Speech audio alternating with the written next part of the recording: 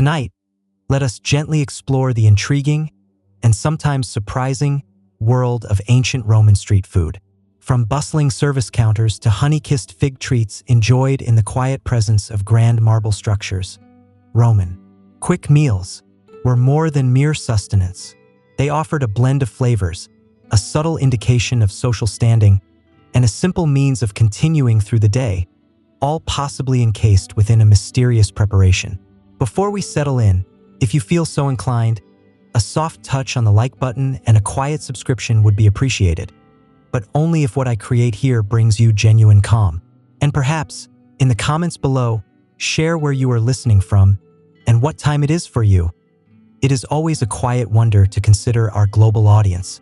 Now, dim the lights, perhaps let a fan softly hum in the background, and let us gently drift into tonight's historical embrace. Imagine yourself quietly moving along a sun-warmed Roman street in your well-used sandals. Your simple garment clings a little uncomfortably, and you are experiencing a gentle head discomfort that only arises from consuming several cups of diluted wine and making less than ideal choices at the public bathing facility. You are certainly not in the mood for an elaborate meal. There is no desire to slowly prepare an animal or engage in a gentle discussion about olive varieties with your neighbor.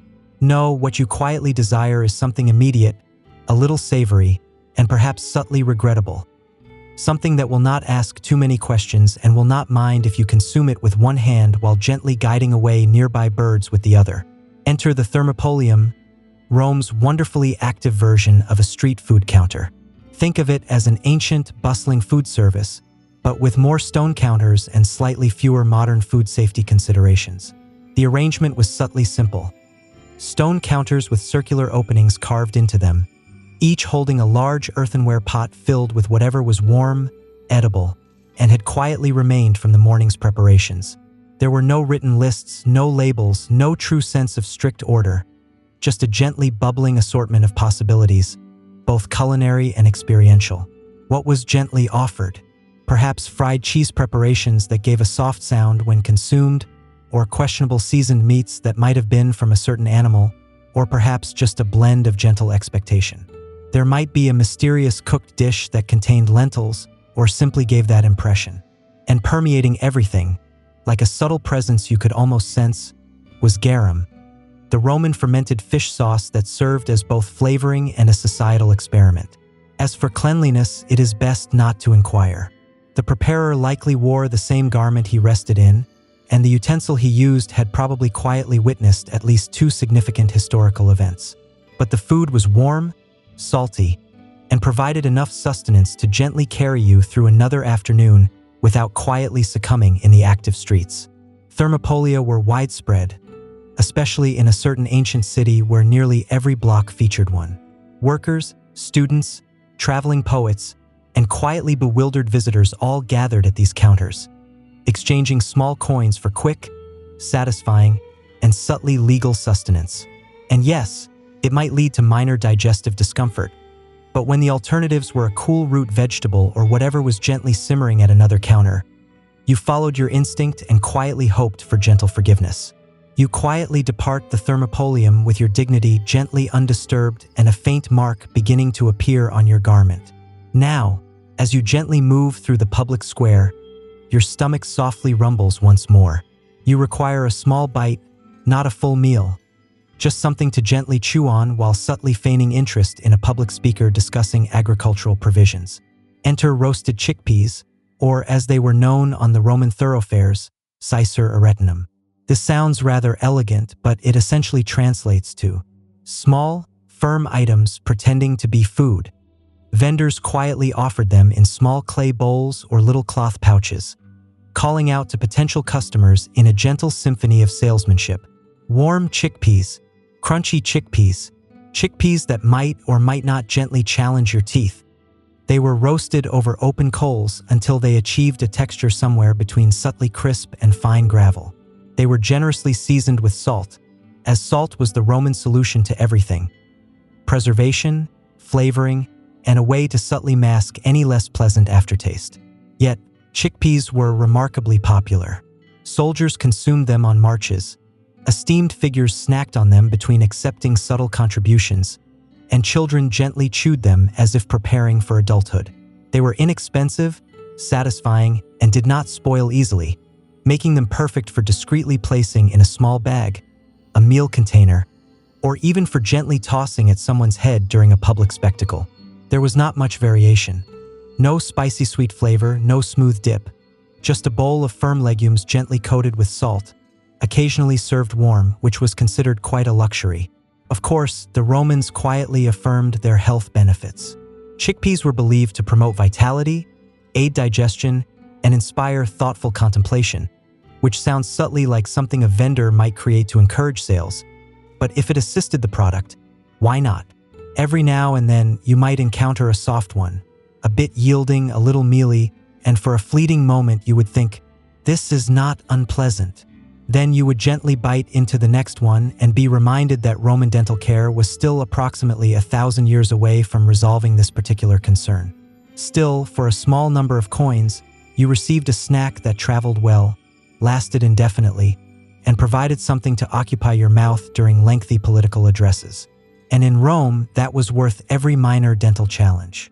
Now your stomach quietly desires something a little different. Perhaps sweet, perhaps soft, definitely less profoundly firm. You observe a vendor with a tray of subtly gleaming, rounded items. You approach cautiously, aware that in Rome, sweet treats can often be subtly misleading. He offers you one with a gentle acknowledgement and states, "Globuli, what are they?" You quietly wonder. Imagine gently fried cheese preparations, thoroughly enveloped in honey. And no, this is not a contemporary creation. Globuli were a genuine Roman dessert snack, made by blending a soft cheese with flour, shaping the mixture into spherical forms, frying them in oil, and then soaking them in honey as if they had subtly defied moderation. They were sweet, savory, and subtly fragile. Gently bite into one too quickly, and warm cheese might subtly emerge in an unexpected direction. The honey would gently adhere your fingers, ensuring the remainder of your day involved curious insects, interested animals, or subtle hand gestures at passing figures of authority. But make no mistake, globuli were a tremendous success. The recipe appears in a prominent Roman culinary text, and they were considered a delicacy suitable for gatherings, sacred festivals, and for subtly charming anyone with sweetness. The texture? Crispy on the outside, with a warm, yielding interior. The taste? Somewhere between a rich conclusion to a meal and a surprisingly intense baked cheese creation. The Romans had no concept of subtle restraint when it came to honey, and these treats were almost like sweetened projectiles. While they were not exactly common street food, preparing fried cheese required some resources. They certainly appeared at more elevated gatherings. Imagine a social event concluding with satisfied guests gently sighing, their garments subtly marked with cheese residue, and small flying creatures subtly lingering like quiet attendants. One taste could transport you to culinary delight or send you gently seeking the nearest public water source for a finger cleansing. There was no middle ground. So, while we in the modern era enjoy various sweet, fried items, the Romans had globuli. And in a way, they subtly led the way. Deep frying dairy and covering it in sweetness was not a novel idea. It was a gentle reemergence. One simply had to endure the stickiness.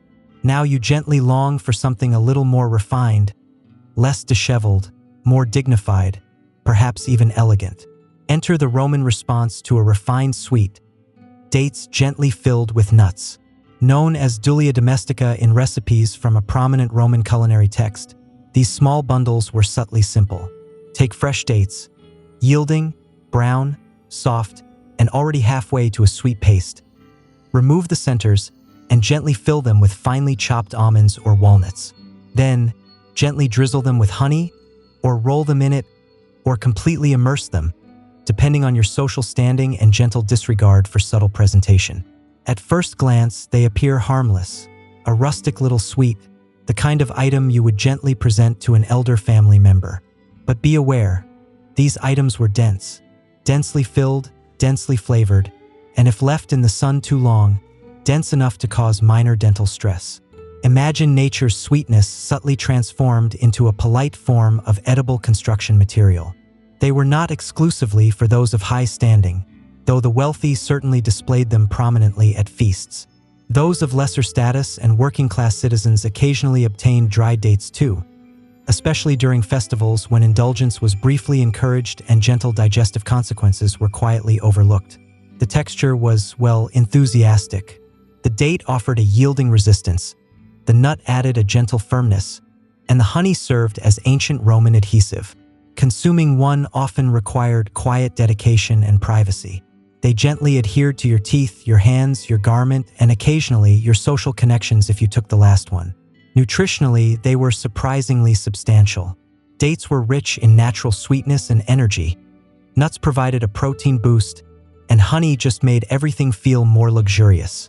Romans suggested it aided digestion, but let us be honest, they were mostly just gently pleased to have something sweet that did not contain bones. As a bonus, these treats traveled well, making them ideal gifts, offerings, or last-minute gentle apologies. Soldiers carried them into conflict. Lovers exchanged them like edible expressions of affection. And if circumstances became challenging, they served as throwable objects with just enough weight to gently convey your point. In the empire that gently spread its influence across the known world, this was one of its most cherished sweet preparations. Subtly sticky, satisfying, and potentially surprising.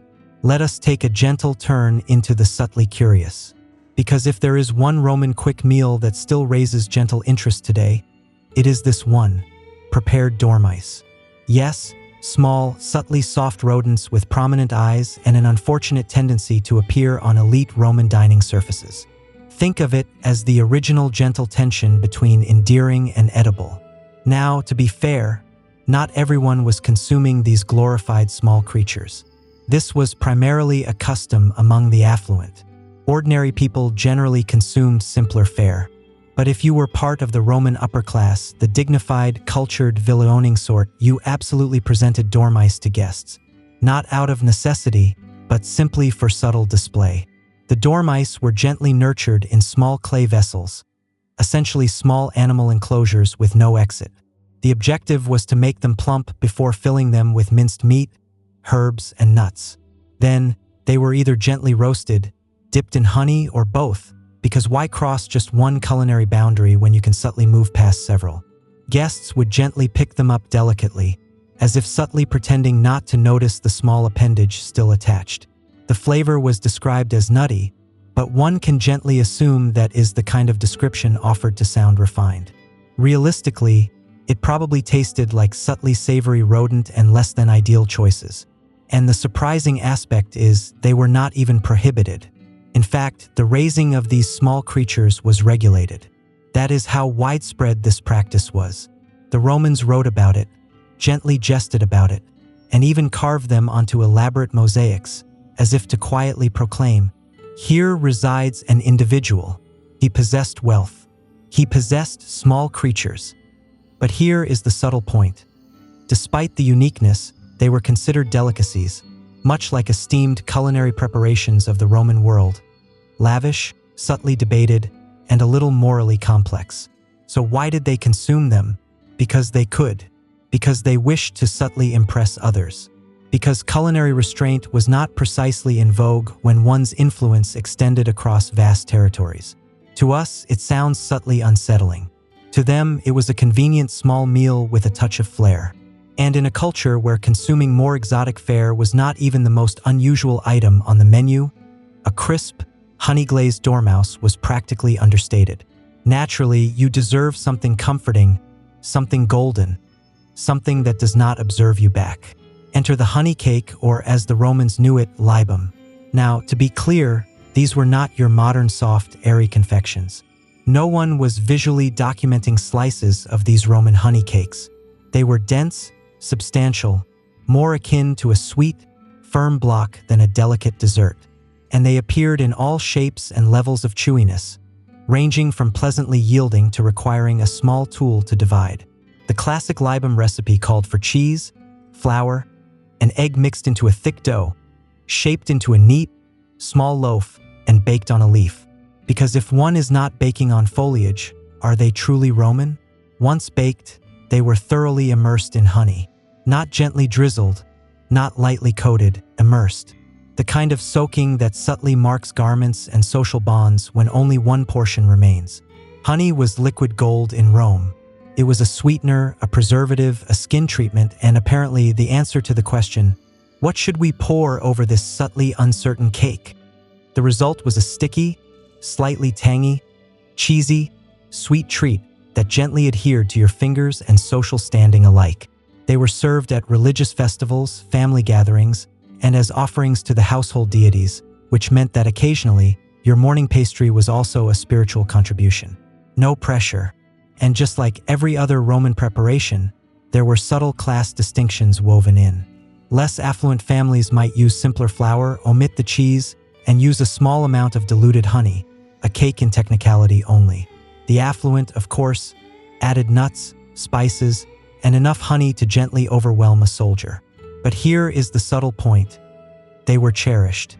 The kind of item people remembered from childhood, gently contended over at gatherings, and subtly accumulated like a personal treasure. They were not elaborate. They were not aesthetically pleasing, but they were sweet, sticky, and capable of initiating gentle property disagreements. Imagine gently awakening in ancient Rome. The streets already carry a subtle hum of activity. Your neighbor is softly discussing overdue containers, and your head holds a gentle discomfort from last night's single cup of diluted wine that somehow subtly expanded. You are a little groggy, low on funds, and subtly behind schedule. Naturally, you reach for your morning sustenance, but not eggs, not fruit, not even a formal meal. No, you are choosing the classic Roman start to the day. Stale bread gently softened in wine. Yes, it was a common practice. Romans called it sapiam vinum, which sounds like a mystical incantation but simply means bread in wine. Essentially, you took old, hardened bread, because fresh bread was either costly or mysteriously absent, gently tore it into pieces, and submerged it in whatever wine-like substance was available.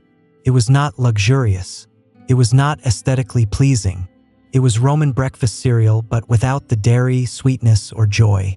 Still, it served its purpose. The wine gently softened the firm bread just enough to make it palatable. The specific color of the wine did not matter. If it contained fermented grapes and was subtly liquid, it was destined for your bowl. Occasionally, people added herbs or honey, but that was reserved for special occasions, or if you were subtly attempting to impress someone who had already observed you consuming small prepared creatures. It was a morning meal born of necessity and efficiency. Farmers consumed it before a day in the fields, laborers before moving heavy materials in the sun, and thinkers while subtly appearing thoughtful in public. If coffee gently starts modern civilization, this was Rome's lukewarm, wine-flavored equivalent. Of course, the elites subtly dismissed it, while quietly indulging in their own versions using aged wine, honeyed bread, and the subtle expression of someone pretending to experience a simpler life for the novelty. But for the average Roman, this was the true beginning of the day. And here is the subtle surprise. Sometimes it was not even limited to morning sustenance. Some individuals simply dipped bread in wine constantly, during meals, during speeches, during casual eavesdropping in the public square. It was a food, a beverage, and a chosen way of life. Was it highly nutritious? Barely. Was it dignified? Not particularly. But it was soft, affordable, and gently imbued with fermented liquid, which in ancient Rome qualified as a subtle triumph. Ah, sausages, humanity's enduring solution to the timeless question. What do we do with the remaining portions? And nowhere was this gentle processing of meat more enthusiastically embraced than in ancient Rome, where sausage making was less about precise recipes and more about subtly exploring the boundaries of what could be considered food. The Roman version was called lucanica, a sausage named after a specific region.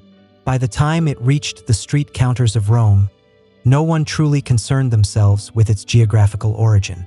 What they cared about was that it was salty, savory, subtly spiced, and surprisingly chewy.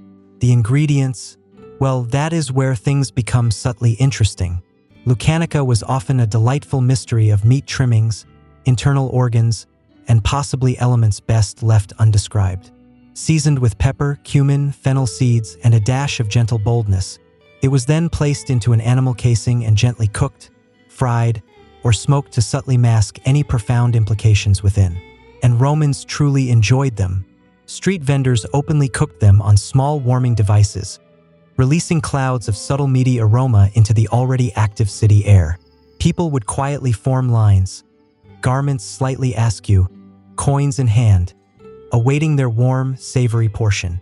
Athletes consumed them for energy, thinkers consumed them and then subtly questioned their own principles, and young ones gently requested them, only to immediately experience a subtle regret.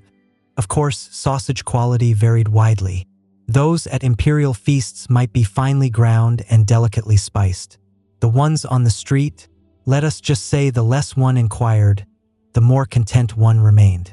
There were quiet suggestions of unusual meat sources, perhaps certain animals, certainly internal organs one had never observed on a standard diagram. Storage was also rather optimistic. Refrigeration did not exist, and smoking meat was more intuitive than precise, so some sausages gently aged like fine beverages. Others aged like something one would subtly report to authorities. Still, they were ubiquitous, offered at food stalls, consumed at public spectacles, and carried into conflict. A Roman soldier gently moving through distant lands could rely on two things: weary feet and a dried sausage in his pouch. It was calorie-dense, flavorful, and durable enough to serve as a self-defense tool if needed. Let us discuss Roman pancakes, or as they might have referred to them, flat, subtle disappointment with a gentle hint of possibility. In theory, elateria sounds promising, translates to another sweet, and was essentially a basic pancake made from spelt flour, eggs, and milk. Sometimes honey was included, sometimes not, and that inconsistency alone reveals the kind of subtle emotional journey this food presented. You would mix the batter, gently pour it into a pan over a fire that may or may not be cooperating, and await the subtle transformation. Except Roman transformation did not involve light, airy stacks or sweet syrup. These pancakes were thin, dense, and just sturdy enough to subtly qualify as edible groundwork. If you were fortunate, they would be gently fried in a bit of oil and served with a generous amount of honey, perhaps a sprinkle of small seeds if someone felt festive. If you were not so fortunate, you received the version with no additions, no sweetness, and the texture of a legal document. Still, they were popular, inexpensive, easy to prepare, and surprisingly adaptable. They could be sweet or savory, consumed warm or cool, served at festivals, solemn gatherings, and that subtly awkward time between morning sustenance and quiet reflection. Romans were not seeking a revolution in breakfast. They simply desired sustenance that did not offer resistance. But make no mistake, if you are imagining a modern pancake with berries and whipped cream, gently adjust your expectations downward. These were the kind of cakes that demanded strong teeth and modest emotional expectations. More fuel than delicate food, more endurance snack than indulgent midday meal. Yet they held their place. They gently filled stomachs. They paired reasonably well with wine. They made you feel, however briefly, that you possessed some control over your daily existence, which in a world of subtle conflicts, political intricacies, and mysterious meat preparations, was no small comfort. And sometimes, just sometimes, the batter would gently crisp perfectly on the edges. The honey would subtly caramelize, and you would think, this is almost agreeable. That fleeting joy was the Roman pancake's true legacy, setting the standard low enough to be pleasantly surprised. So, were they subtle in flavor? Yes. Were they cherished? Somehow also yes, because in Rome, even understatedness had its moment. Preferably served with honey. There is a certain straightforwardness in Roman cuisine. They did not pretend things were elaborate. They did not remove every excess. And when it came to fish, they certainly did not spend time with precise portions or delicate cuts. No, they moved directly to the parts. Gently fried, salty, sometimes unrecognizable, always with a subtle firmness. Imagine this. You are gently strolling the docks of a port city, or perhaps just positioned downwind from a fish vendor in a busy district. You catch a subtle scent of something sizzling, something from the sea, something that has probably been exposed since the morning light. You follow your senses, and there it is. A savory tray of gently fried fish portions, lovingly coated in oil and what might be flour, or might be fine particles from the street. No one is entirely certain anymore. What exactly were you receiving? Fish heads, tails, fins, and anything small enough to gently toss whole into a pan. Small, delicate fish were a favorite, as were sardines. Occasionally, the Romans would venture into subtly unknown seafood territory and gently fry whatever creature happened to land in the net that day. The cooking method was simple. Heat up some oil, gently place the fish in, and hope they crisp before they burn. Sprinkle with salt, perhaps a gentle squeeze of sour liquid if you were feeling sophisticated. Serve it wrapped in a leaf or directly into the customer's hand if hygiene was flexible, which, let us be honest, it usually was. These small, firm sea creatures were everywhere. Food stalls offered them, market vendors announced them loudly, and children acquired them as small meals. And everyone understood that if it has been thoroughly fried, one does not need to inquire about which part of the fish it was. Nutritionally, they were decent. Essential fatty acids, protein, calcium from the bones you were absolutely gently consuming, and a lingering scent of the sea that remained with you for days. But here is the subtle magic. People enjoyed it. Romans were not seeking elegance. They desired salt, fat, and a firm texture. And these fish portions delivered loudly savory in a way that told your stomach, "Yes, I am satisfied," and told your dignity, "We will not discuss this." By now, you have consumed bread gently softened in wine, sausage filled with subtle mystery, and a pancake that legally qualifies as a construction material. Perhaps you are craving something more wholesome, something from nature, something that gently suggests, "I made a good life choice today." Enter the Roman fig cake, or as some modern historians like to call it, the ancient art of making remnants appear intentional. Figs were abundant in Rome, plentiful, inexpensive, and so perishable that Romans had roughly 3 hours between perfectly ripe and subtly fermented. So what did they do with the surplus? They gently mashed them into fig cakes. Small lumps of mashed fig, sometimes mixed with nuts or flour, occasionally shaped into discs, and almost always presented as a sweet conclusion. The texture was ambitious, chewy, sticky, and subtly unsettling if stored improperly. The taste? That depended on how long the figs had been exposed to the sun. Best case scenario, rich and naturally sweet. Worst case, a tangy flavor profile one could charitably call surprising. Sometimes they added honey, which gently helped. Sometimes they did not, which did not gently help.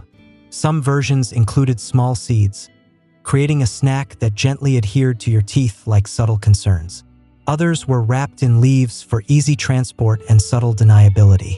But despite their humble beginnings, fig cakes were popular across all social levels. Farmers brought them into the fields, thinkers gently nibbled them while quietly assessing other thinkers, and even the wealthy enjoyed them, though theirs came adorned with spices and a subtle self-satisfaction. At festivals, they were often distributed to crowds like ancient energy bars.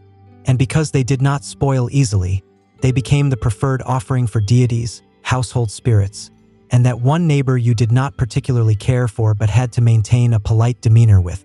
Let us not pretend they were glamorous.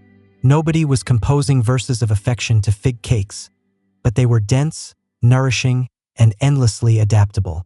The culinary equivalent of, "It will suffice." And let us face it, in a society where most sweet preparations either adhered to your hands or attempted to gently slide from your plate, the humble fig cake offered a rare kind of stability. It did not sparkle, it did not impress, but it also did not offer resistance. And sometimes that is enough.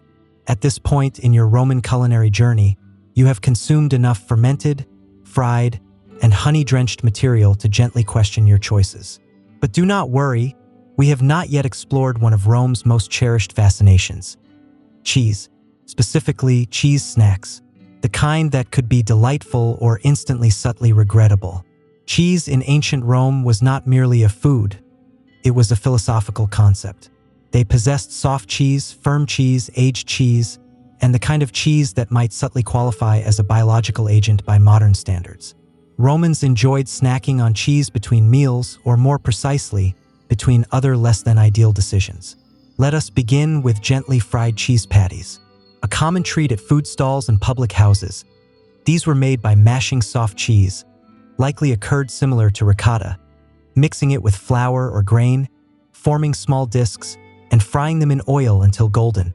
Sounds appealing, does it not? It was, but only if consumed warm. Allow them to cool for 5 gentle minutes, and you were suddenly quietly consuming something with the texture of an old sandal.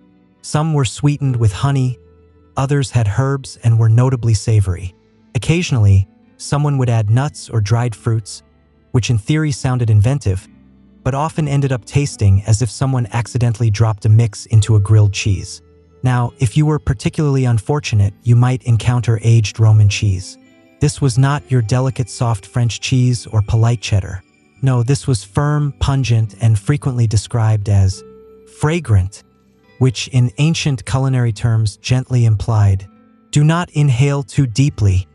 Some versions were aged until they were more salt than cheese. Others were stored in baskets, left in the sun, and possibly used to subtly deter unwanted guests. Cheese snacks were widespread, served to soldiers, offered at festivals, even gifted during a certain celebration, because nothing conveys, "I appreciate you," quite like a block of dairy that could also serve as a paperweight. They were satisfying, inexpensive, and impressively stable on a shelf, assuming you did not mind them offering a subtle challenge. But for all their inconsistencies, the Romans cherished cheese snacks. They were comforting, easily portable, and only occasionally subtly threatening. In short, they were the savory, warm sticks of the ancient world, just without the specific cheese or the sticks. Some civilizations possess a red condiment, others a spicy sauce. Ancient Rome? They had garum, the fermented fish sauce that somehow found its way into, or near almost every consumable item in the empire. Let us be clear, garum was not subtle. It was not elegant. It was not something you gently drizzled. It was fermented fish essence made by placing fish internal organs into clay pots, adding abundant salt, and then allowing the entire mixture to quietly rest in the sun until it ceased, well, expressing itself. The result? A brown, oily, salty, tangy liquid that Romans poured over meats, vegetables, grains, and yes, small meals. Bread gently dipped in garum? Absolutely. Roasted nuts with garum? Why not? Fried cheese with a splash of garum? You are living with a touch of daring, but that is Roman cuisine for you. And it was not just for taste. Garum held social significance. There were different qualities. Some for the less affluent, and others so exclusive they were aged longer than an average gladiator. Variations were sold across the empire, with labels boasting origins, purity, and likely imagined health benefits. Think of it as the ancient Roman version of a natural, specialized condiment, but with more complexity. It should be noted that the aroma of garum production was so distinct it was legally restricted to outside city limits. That is correct. Even in Rome, where waste flowed freely and public bathing facilities were occasionally subtly experimental at best, garum factories were prohibited from residential areas. But once bottled and transported, it was a valuable liquid. Emperors accumulated it, cooks swore by it, and hungry citizens gently applied it to nearly anything that did not move.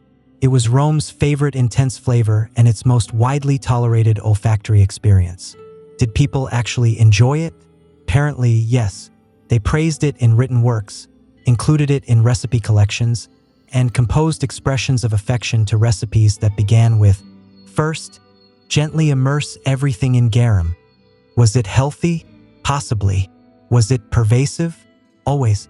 Did it add something subtle and intriguing to fried street snacks? If you prefer your subtle enhancements strong, subtly fishy, and gently intriguing, then yes. So, when you envision Roman quick meals, do not just picture cheese preparations or fig cakes. Picture cheese preparations and fig cakes thoroughly immersed in fermented fish sauce. Because that is what a sense of accomplishment subtly tasted like in Rome. You still quietly desire a snack, something informal, something with a gentle crunch, something you can consume with one hand while subtly gesturing with the other at passing figures of authority. Enter Roman street nuts. Walk through any bustling Roman marketplace, the public square, the port, the hidden paths, and you would hear the unmistakable sound of nuts gently roasting on open coals. Not in the cozy, holiday-scented way, but more like the subtle aroma of a warming street cart mixed with salty temptation. Your choices: almonds, walnuts, hazelnuts, and pine nuts, though the latter could involve a notable cost and possibly your dignity if you gently dropped them. Most were roasted lightly, salted, and sometimes flavored with herbs or honey, simple, subtly habit-forming, and easily carried.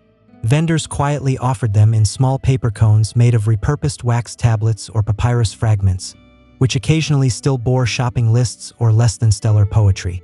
A subtle bonus. And the Romans? They were quite fond of nuts. Thinkers gently consumed them while contemplating existence. Combatants ate them for strength, and celebratory guests gently tossed them into mouths, and sometimes containers with varying degrees of precision. Even the emperors quietly snacked on them, though theirs were peeled, subtly adorned, and likely brought to them on a silver platter by someone with chronic subtle concerns. Some were even sweetened. Almonds coated in honey were the closest Rome had to a certain brittle confection, and they were equally capable of gently challenging a tooth or winning your affection, depending on their freshness. Of course, there were subtle drawbacks. Overindulging in nuts, especially those subtly coated in fermented fish sauce, could lead to minor digestive discomfort, social implications, and dramatic recitations of your final wishes. But that did not deter anyone, because street nuts were quick, affordable, and deeply satisfying. They were the original Roman automated dispenser. Insert a coin, receive a subtle, pleasant crunch. No fuss, no mysterious meat, no elaborate tales.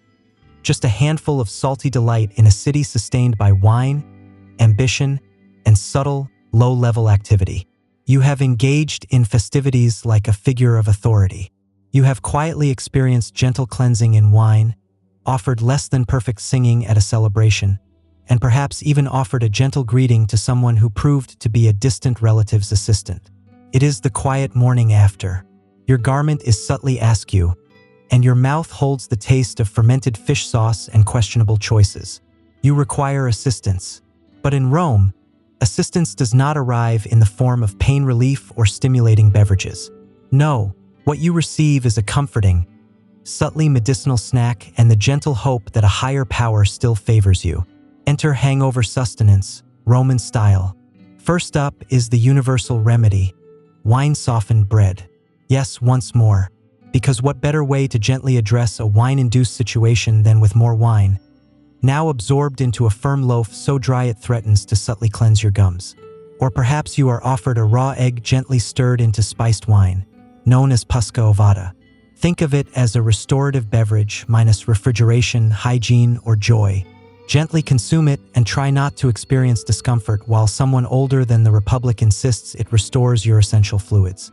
Still feeling a little unsteady? Time for a platter of subtle discomfort. Olives, garlic, vinegar-soaked onions, and perhaps a bite of preserved fish, because nothing gently clears the senses like salty liquid and subtle regret. One popular option was gently fried cabbage with cumin and oil. Supposedly remarkable, realistically savory, pungent, and likely to create more subtle challenges than it resolved. Roman healers quietly affirmed its benefits. Roman diners mostly expressed subtle displeasure at it. There were also sweet options: figs with honey and vinegar, or dates gently softened in wine and subtly dusted with pepper. These, to be fair, probably did offer some comfort. They were sweet, hydrating, and just unusual enough to gently distract you from your head discomfort. And if all else failed, you could always embrace the direct approach. A handful of barley, a raw onion, and a gentle impact to the chest to awaken you. No precise science, just quiet confidence and subtle self-consciousness. Of course, Romans did not use the modern term for this state. They called it being troubled in the head, which frankly sounds more accurate. And while their remedies were inconsistent, they believed in them with the same quiet conviction they believed prepared dormice were elegant. So there you are, gently leaning over a food stall counter, sipping spiced vinegar and quietly chewing cabbage while subtly appealing to a higher power for mercy. Welcome to recovery Roman style. Before he became a significant challenge to Rome, Before large animals thundered over the high mountains, Hannibal Barca was just a young boy, wide-eyed, sharp-minded, and already subtly shaped by the desire for retribution. The year is approximately 237 BCE. Carthage, once a proud North African power, has just experienced a setback in a major conflict with Rome. And the individual holding that grievance most deeply was Hamilcar Barca, the boy's father. He was not merely a military leader. He was a symbol of Carthaginian endurance, intense, brilliant, and deeply affected by Rome's triumph. And he was not yet finished with the struggle. So, when Hamilcar prepared to depart for Iberia, what we now call Spain, to rebuild Carthage's strength and subtly establish a new sphere of influence, he brought his 9-year-old son with him. But this was not a simple family journey. This was a subtle initiation. Before their departure, legend suggests Hamilcar brought Hannibal to a sacred place and had him gently place his small hand on a ritual altar. There, he made his son swear a solemn vow that he would never be an ally to Rome, not tolerate, not disregard, never be a friend. Consider that. Not many young ones are raised with calculations, blade skills, and a lifelong pursuit of retribution as their primary studies. But Hannibal was not raised like other children.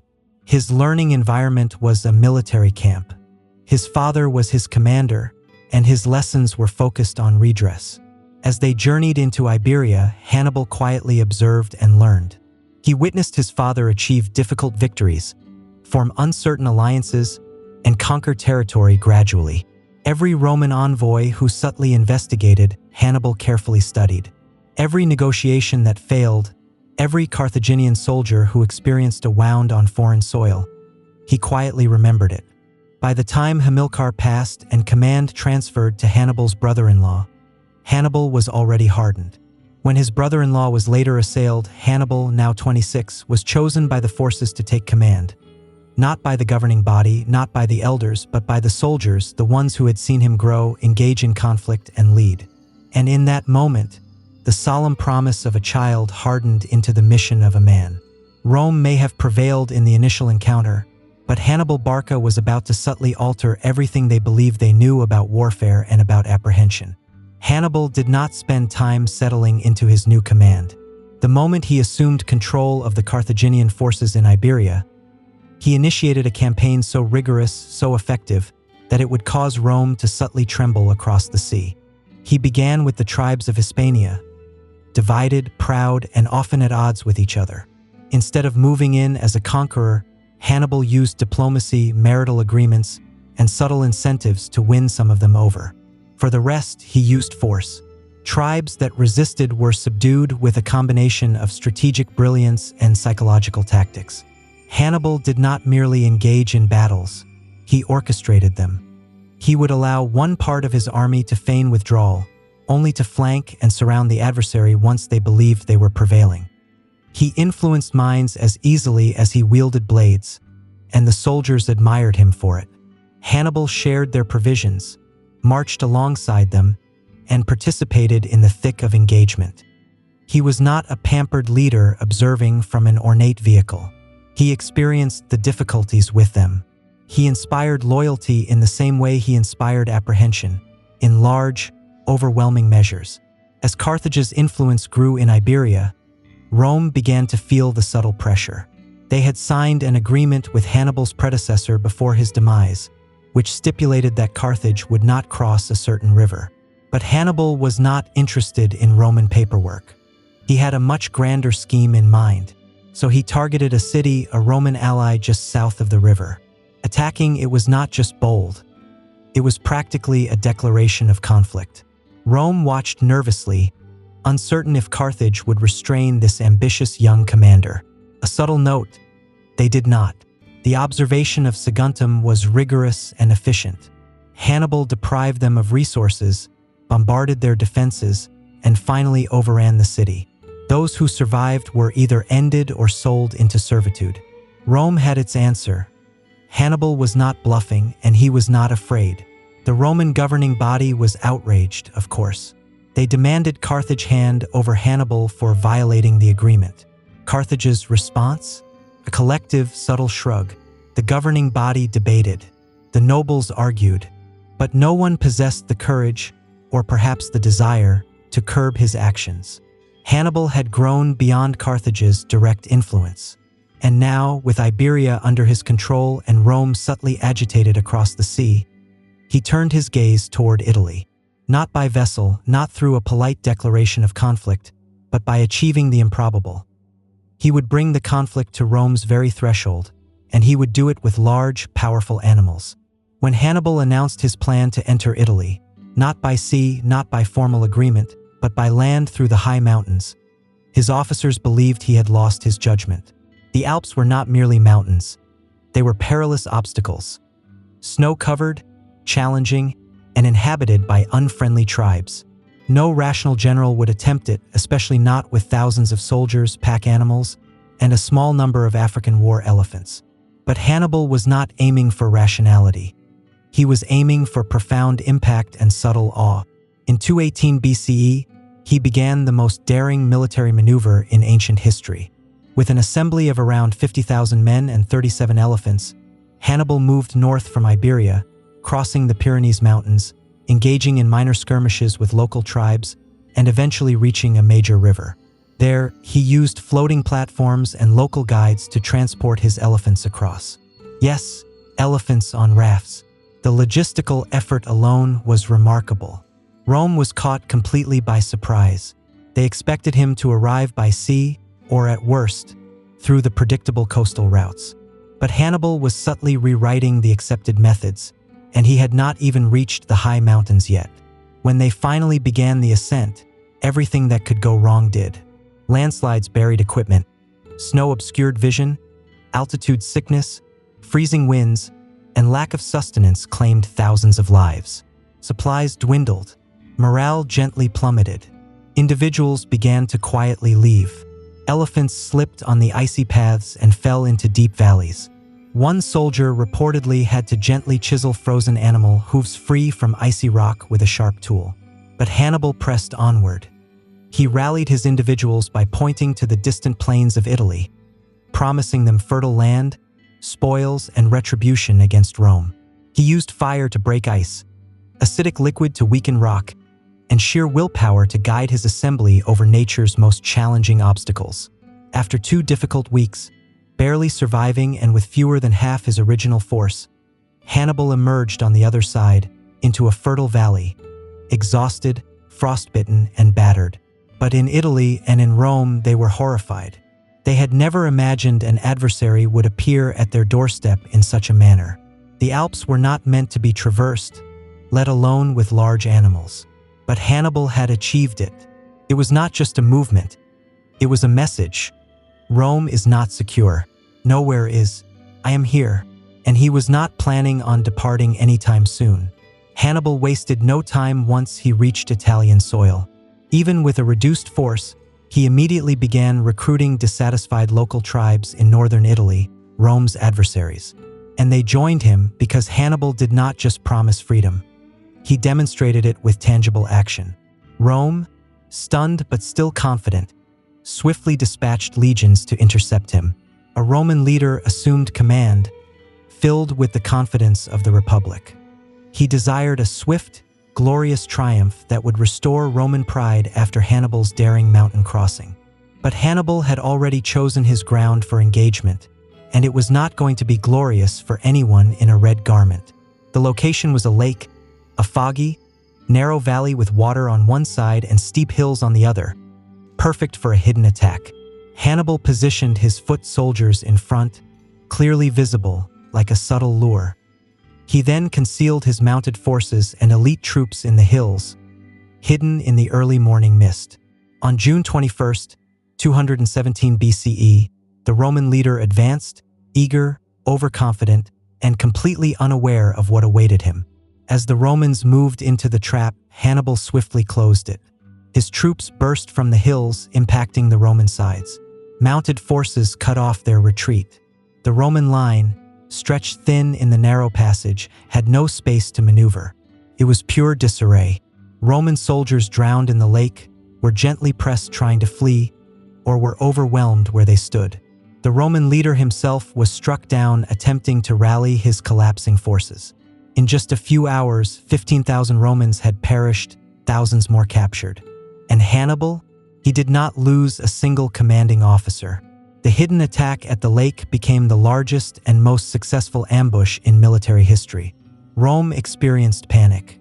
Streets filled with sounds of distress and supplication. Mothers quietly grieved. The governing body, in despair, appointed a temporary leader to handle the crisis. But Hannibal was not finished.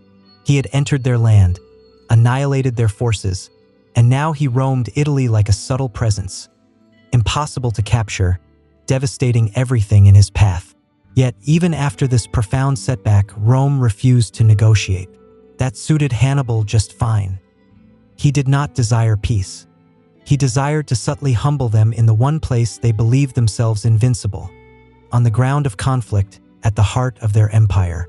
And his most profound creation was still to come. If the lake ambush was Hannibal's masterpiece of surprise, then a certain battle was his symphony of complete devastation. By 216 BCE, Rome was no longer acting cautiously. No more waiting, no more defensive approaches. They assembled the largest force they had ever gathered, around 80,000 individuals under the command of 2 leaders, twice the size of Hannibal's army. They were not planning to outwit him. They were planning to gently overwhelm him with sheer numbers. Hannibal knew it, and he offered a subtle acknowledgement. He chose the location for the engagement, a wide plain near a town in southern Italy, perfect for the movement of mounted forces and strategic placement. Then he arranged his troops in a subtly simple formation. His least experienced foot soldiers, mostly from certain regions, formed a shallow crescent at the center. His stronger African foot soldiers quietly waited on the flanks. His mounted forces, his true strength, flanked even wider on both sides. The subtle trap was prepared. On the morning of the engagement, the Romans advanced in a dense, powerful column, eager to directly penetrate Hannibal's center. And they did. At first, Hannibal's crescent began to gently yield inward under pressure, retreating but not breaking. The Roman foot soldiers surged forward, deeper and deeper into the trap, believing triumph was imminent. That is when the subtle jaws snapped shut. Hannibal's African foot soldiers on the flanks pivoted inward, enveloping the Romans from both sides. His mounted forces, having already driven away the Roman horsemen, circled back and attacked from the rear. Now the Romans were completely surrounded. No retreat, no breathing room, just chaos and the reality of conflict. In the intense heat of August, individuals were overwhelmed in the press of bodies. Blades could not swing. Panic gently set in, and Hannibal's individuals systematically overwhelmed them, reducing their numbers in one of the most one-sided mass engagements in military history. An estimated 50,000 to 70,000 Romans perished in a single day, more than the entire population of many ancient communities. It was the most significant defeat Rome had ever experienced, and remains one of the deadliest conflicts of all time. And Hannibal? He did not advance on Rome, not because he could not, but because he knew Rome would not easily yield. He required additional support from Carthage, breaching equipment, and time. But Carthage hesitated. Even after inflicting Rome's darkest day, Hannibal stood alone. And Rome, wounded, seeking redress, and now very apprehensive, was not planning on letting him go without consequence. After the significant defeat, Hannibal's name alone could quietly silence a Roman gathering. Mothers used it to subtly caution their children. Hannibal has arrived. Hannibal is at the gates. And yet, curiously, he never entered the city. For 16 years, Hannibal traversed the Italian countryside like a subtle presence, unconquered, unpredictable, and completely without additional support.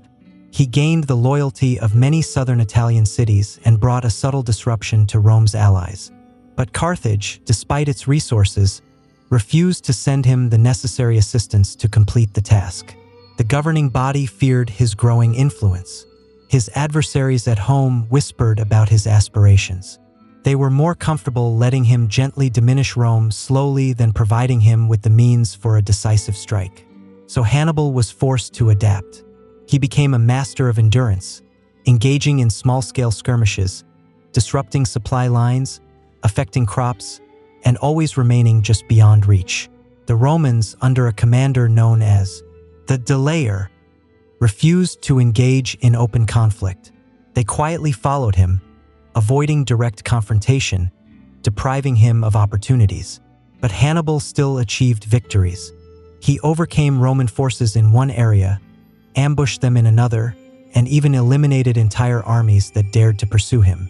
And he continued to do so without ever losing a major engagement. But time was subtly turning against him. Rome, affected but persistent, adapted. They formed more legions, trained new commanders, and strengthened their alliances.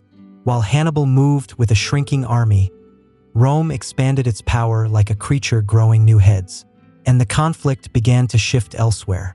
Rome entered Iberia, severing Carthaginian supply lines.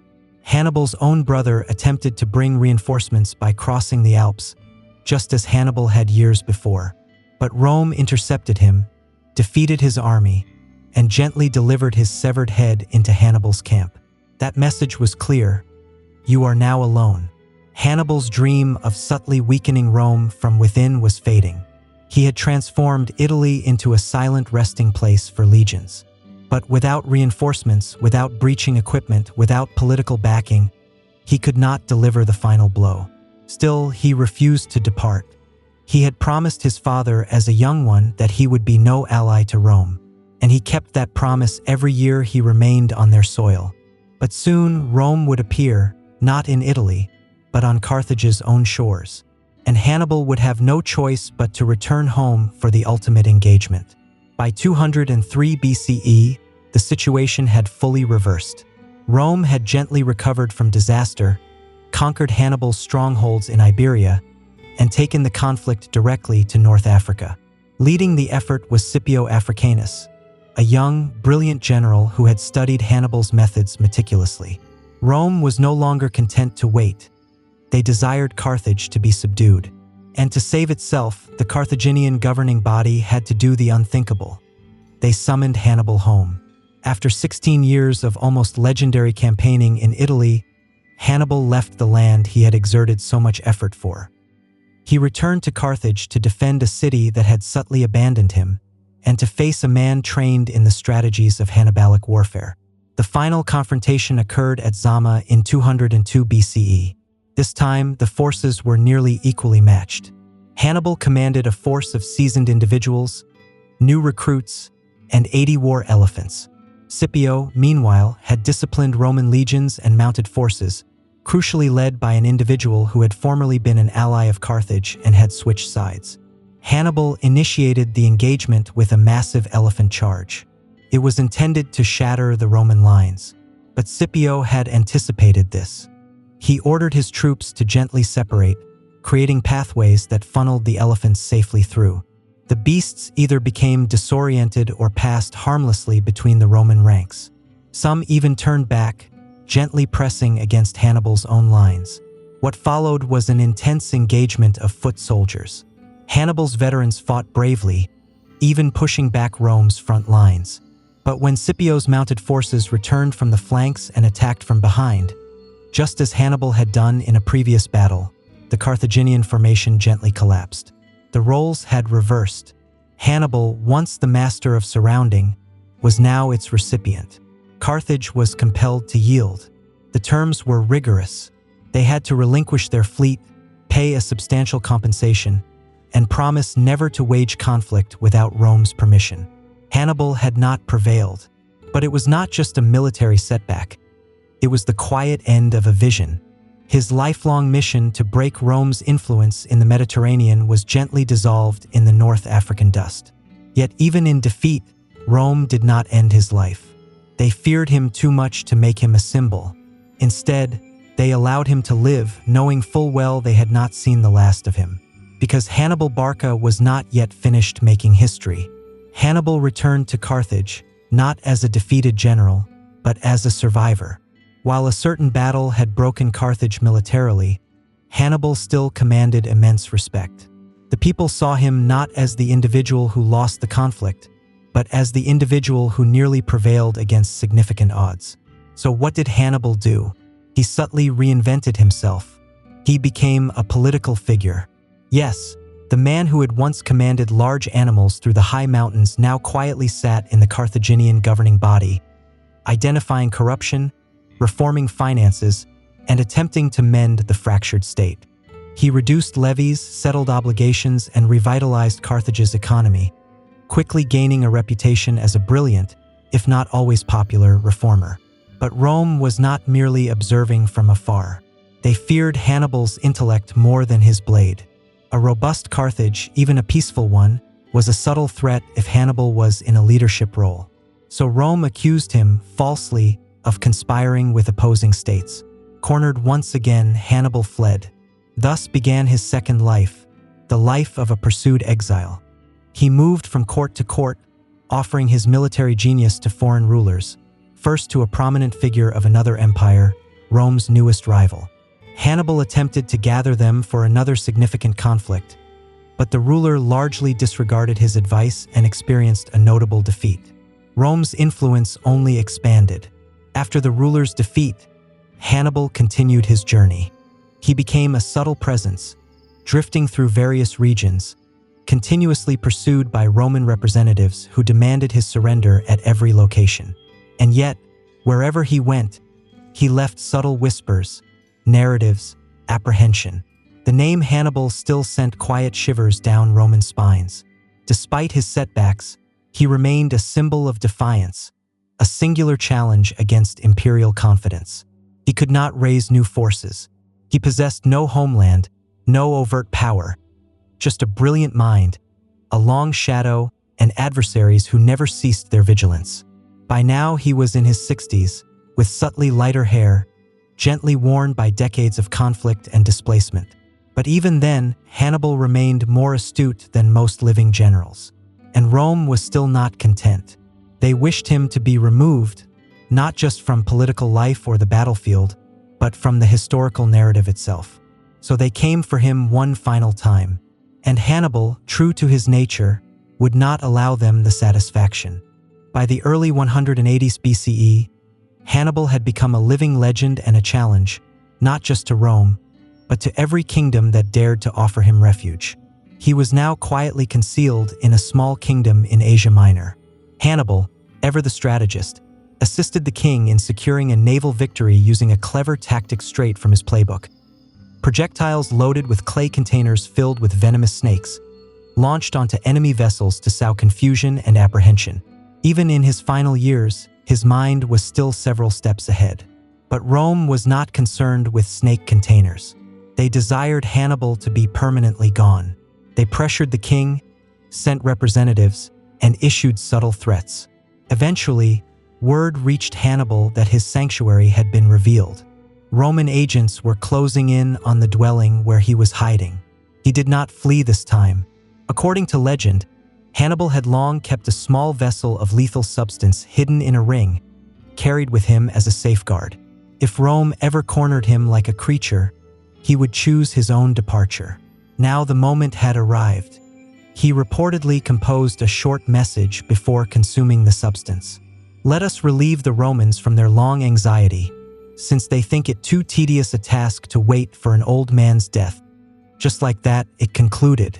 Hannibal Barca, Rome's most significant challenge, passed away not on a battlefield, but in a foreign land, pursued, exiled, and alone. And yet, even in death, Rome could not truly erase him. They destroyed his city, razed Carthage decades later, and salted its earth. But they never forgot him. Centuries later, Roman historians, individuals who should have held negative feelings towards him, wrote about his brilliance with subtle admiration. He had led from the forefront, contended against overwhelming odds, and outwitted every Roman general dispatched to confront him. He crossed the Alps with large animals, subtly affected Italy for years, and instilled in the greatest military force in history a subtle apprehension it would never quite overcome. And he achieved it all while remaining true to one principle: his childhood vow to never be an ally to Rome. Even in exile, even in death, Hannibal secured a different kind of triumph: the triumph of enduring renown. And in that subtle conflict, he remains unconquered. Every autumn in ancient Greece, A subtle transformation would gently affect the land between a major city and a small town. Paths filled with softly chanting pilgrims. Subtle smoke and fragrant essence drifted through the hills. And somewhere in the quiet darkness, under the gentle glow of torches and with profound discretion, something sacred and deeply private took place. This was the Eleusinian Mysteries, the most renowned and mysterious religious gathering of the ancient world. It was not merely a celebration, it was a spiritual initiation, and unlike the more active and public festivities, this one came with strict guidelines, unwavering rules. To break the silence, to speak of what occurred inside the sacred hall, could lead to severe consequences. The core of the festival centered around Demeter, the goddess of the harvest, and her daughter Persephone. According to ancient stories, Persephone was gently taken by Hades, the deity of the underworld. Demeter, profoundly saddened, caused the world's crops to subtly wither in sorrow. Eventually, an agreement was reached. Persephone would spend part of the year below ground and part above. This narrative became a powerful metaphor for the cycle of agricultural life: rest and renewal, decay and resurgence. But the mysteries were not solely agricultural. They were cosmic. To the Greeks, this was not just about farming. It was about the destiny of the inner self. Participants, known as Mysti, underwent a multi-day journey. They abstained from food. They cleansed themselves in the sea. They carried sacred objects. And then, at a specific location, they entered a great hall where the innermost rites took place. What precisely they observed or experienced inside is still quietly debated. Some believe it involved a symbolic reenactment of Persephone's return. Others believe it was a profound visual experience, perhaps gently aided by a special beverage. Whatever it was, it subtly transformed individuals. From emperors to philosophers, many of the most significant minds of antiquity participated in the Eleusinian Mysteries and emerged convinced that life's end was not absolute. This was belief not as simple adherence, but as transformation, a sacred encounter with the cycles of existence, quiet loss, and gentle renewal. And for over 1,000 years, the Eleusinian Mysteries endured, longer than most empires, until one day a new faith arose. The old deities were no longer observed, and the secrets of this ancient practice were quietly laid to rest forever. No one ever broke the vow of silence, and so the mystery quietly continues. While Greece subtly veiled its sacred rites in mystery, ancient Egypt preferred something far more grand: public religious display. And no festival embodied this more than the Opet Festival, held annually in the grand city of Thebes. The Opet Festival was one of the most magnificent religious events in ancient Egypt. Its purpose was to rejuvenate the ruler's divine essence and reaffirm his sacred connection with the deities, especially a chief deity of Thebes. It commenced at a colossal temple, home to a mighty god, his consort, and their offspring. Priests carried their sacred depictions, enclosed within golden shrines, onto ceremonial vessels. These were not ordinary vessels. They were immense, gilded, and often carried on the shoulders of many priests through the streets. Later, they were gently floated down the great river itself. Their destination: another temple, approximately 2 kilometers away, connected by a grand pathway lined with hundreds of figures. The journey between the temples was not silent or solemn.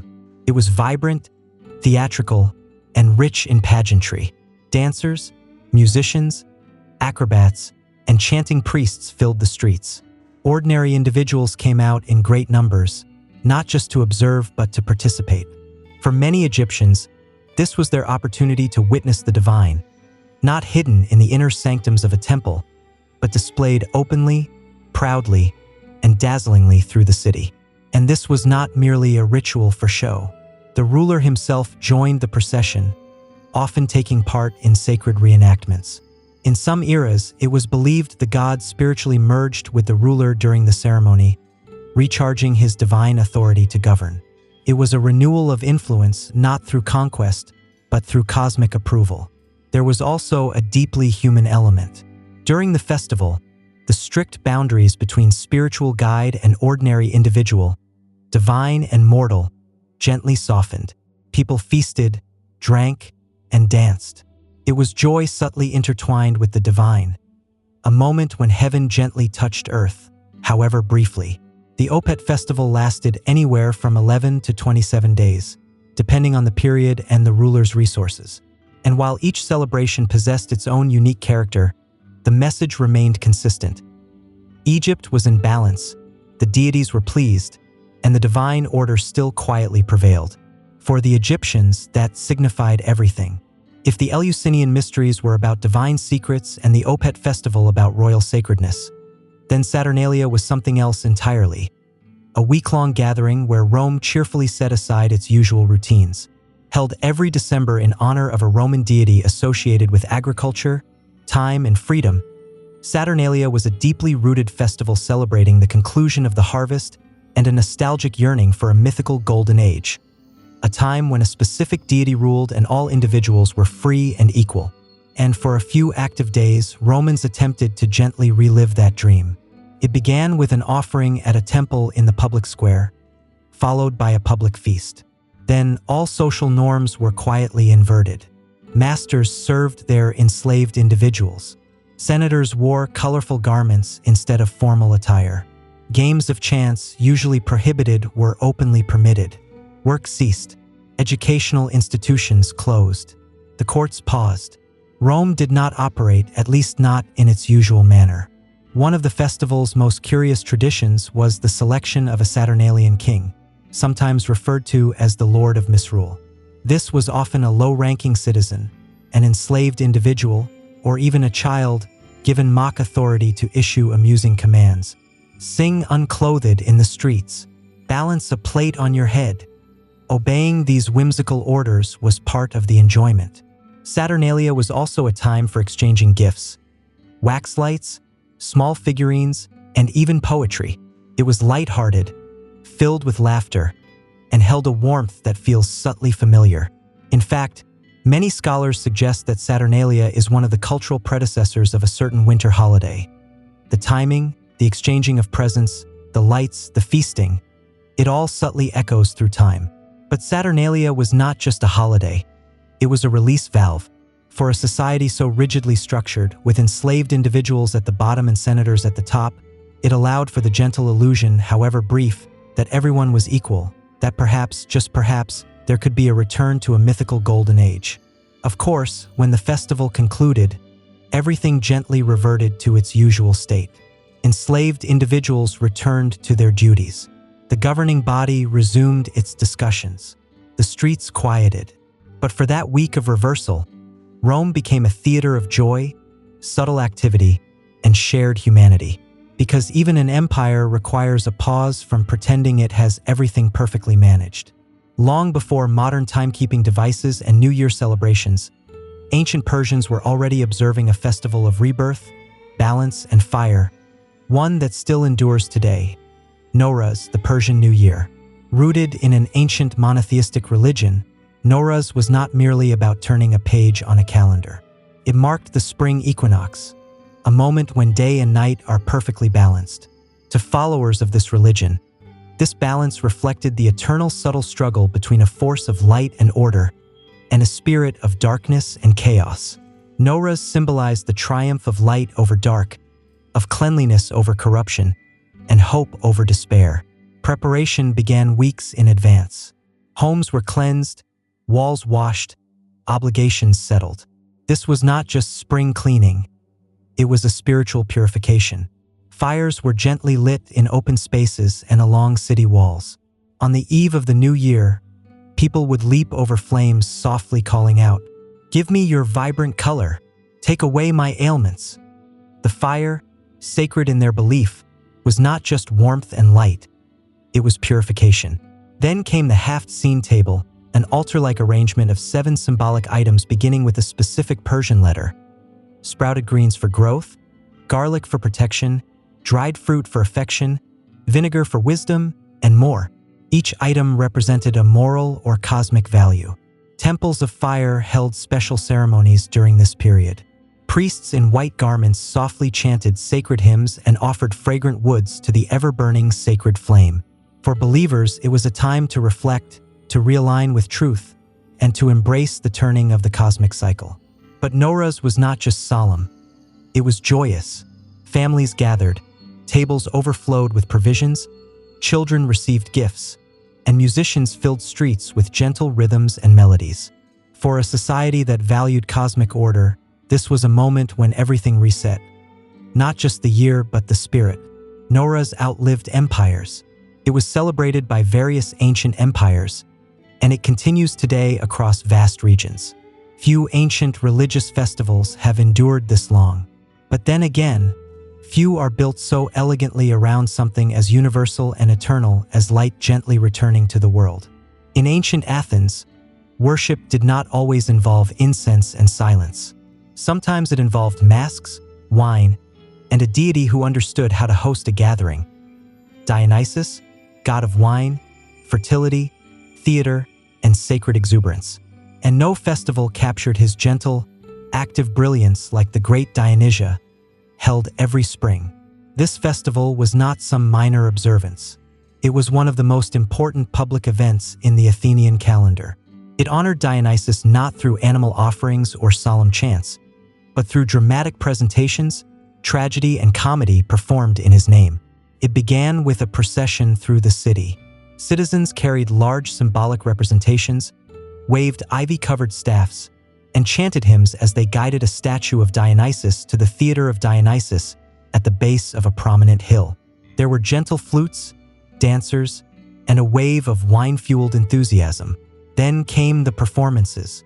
Over several days, playwrights competed in a sacred contest, presenting 3 tragedies and 1 playful drama each. These were not casual shows. They were state-sponsored events, judged by esteemed citizens and observed by up to 15,000 people at a time. Attendance was a civic duty. Even those in confinement could be released on temporary leave to attend. The themes: deities, fate, pride, retribution, conflict, and suffering.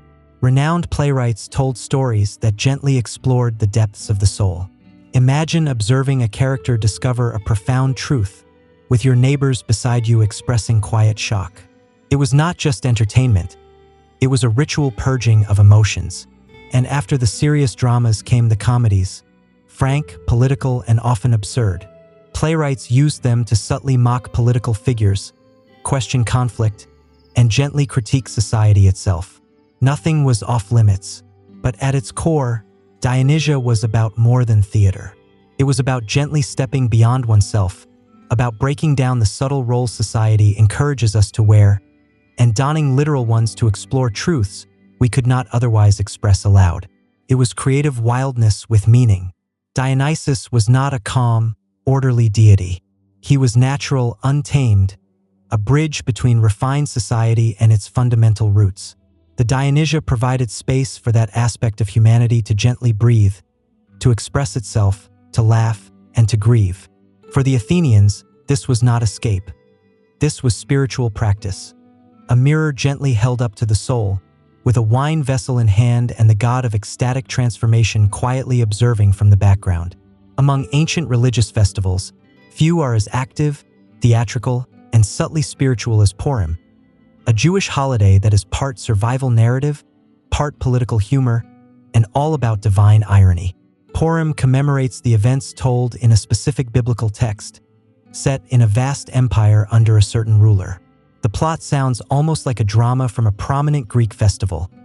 A young woman of Jewish heritage becomes a queen, conceals her identity, and eventually risks her life to stop a destructive plot by the king's advisor to eliminate her people. She succeeds. The antagonist is brought to justice, and the Jewish people are saved.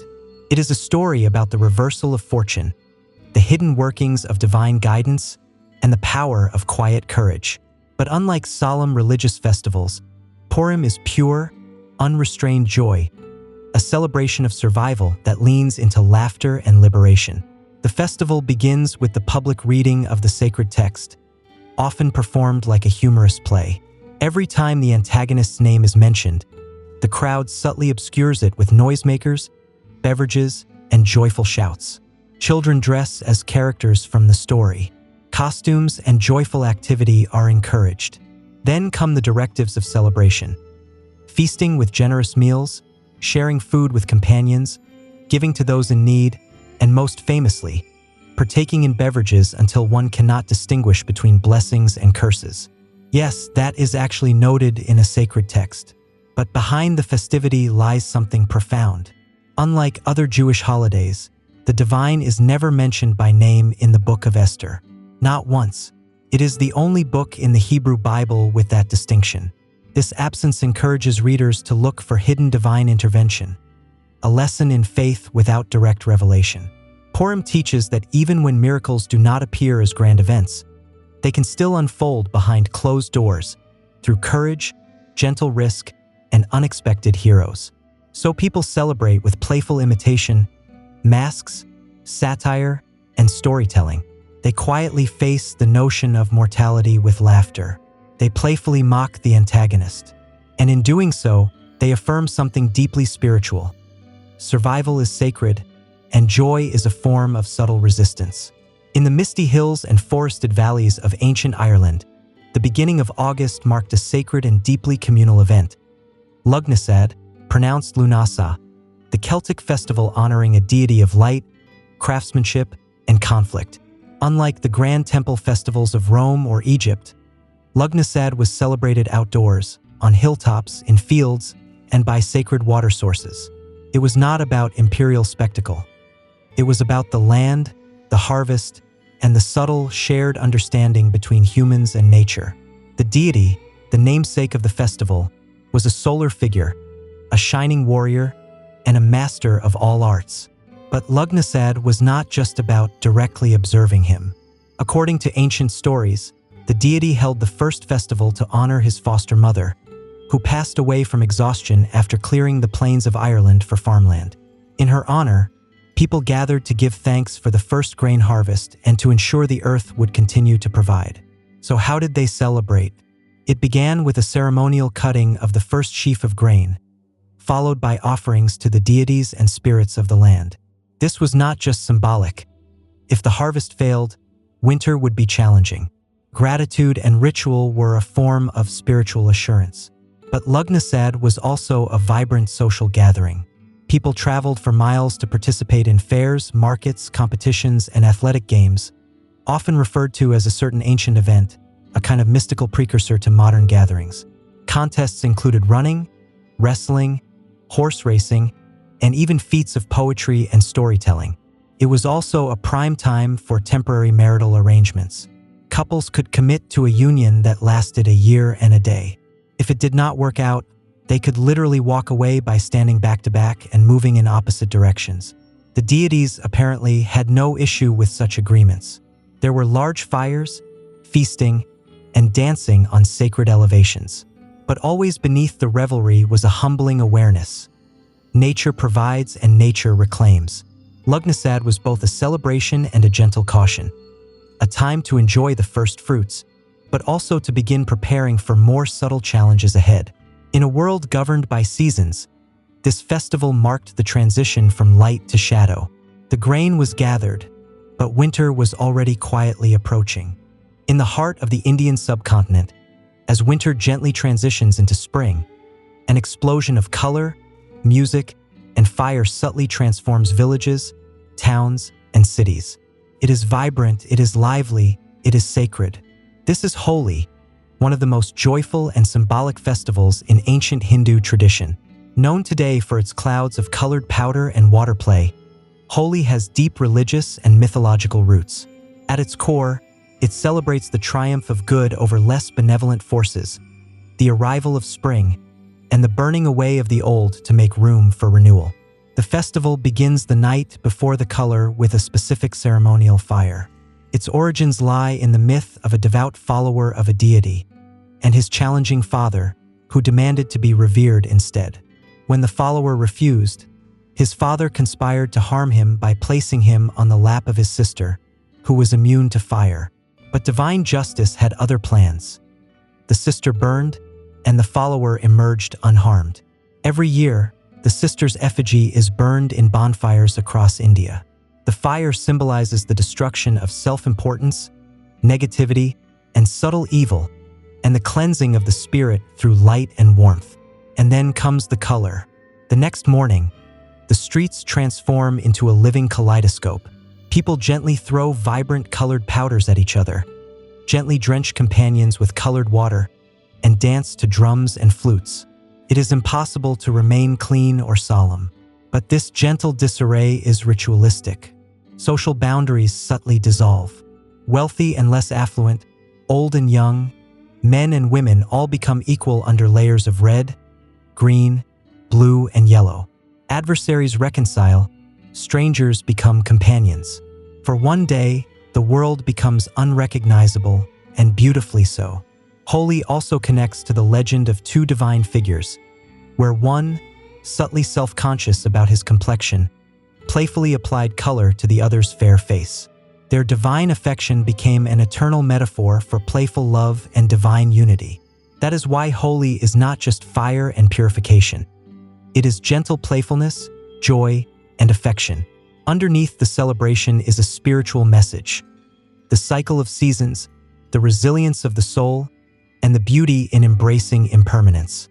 Because after the flames gently diminish and the colors fade from your skin, what remains is the lesson Holi was always attempting to convey. Light returns. Joy is sacred, and renewal is always just around the corner. Amid the sounds of Roman armies and the grandeur of imperial parades, there existed a ritual so secret, so exclusive, that even Rome's most powerful men were prohibited from attending. No senators, no priests, no emperors, only women. This was the festival of Bona Dea, the good goddess.